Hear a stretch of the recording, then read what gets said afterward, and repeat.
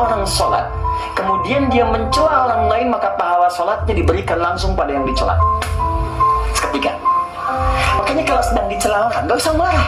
Itu sedang terjadi transfer otomatis pahala dia kepada kita. Jangan marah.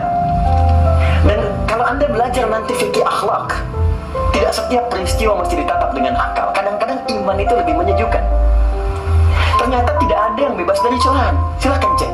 Allah dicela, ya, malaikat dicela, Rasul dicela, Nabi dicela, sahabat dicela, tabi'in dicela, ulama dicela. Anda Tuhan bukan, malaikat bukan, Rasul bukan, Nabi bukan, sahabat bukan, tabi'in bukan, ulama juga belum. Dan Anda tak ingin dicela. Kata Imam Syafi'i, Anda siapa?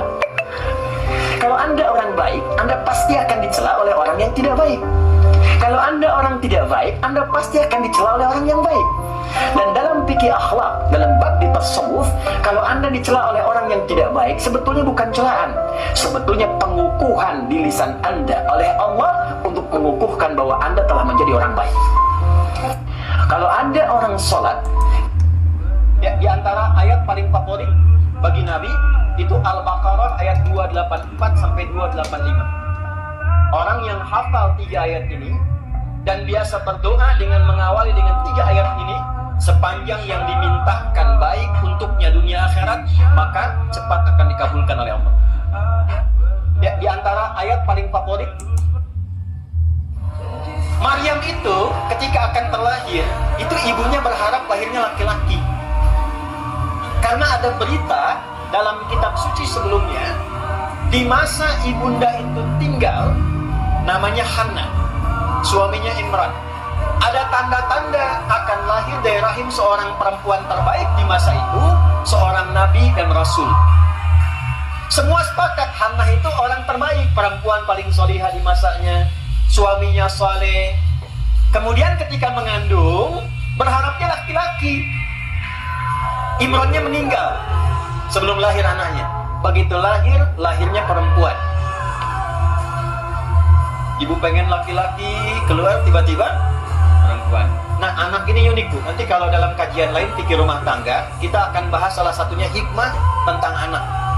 Kenapa kok bisa pengen laki-laki keluar perempuan? Pengen perempuan lahir, pengen cepat tiba-tiba lambat, pengen ditunda tiba-tiba lahir lagi. Enggak, itu ada hikmahnya. Tapi saya mau langsung masuk ke Maryam. Begitu lahir perempuan, beliau langsung berkata begini, ya Allah, perempuan. Quran surah 3 ayat 36. Takwanya ayat 37-nya.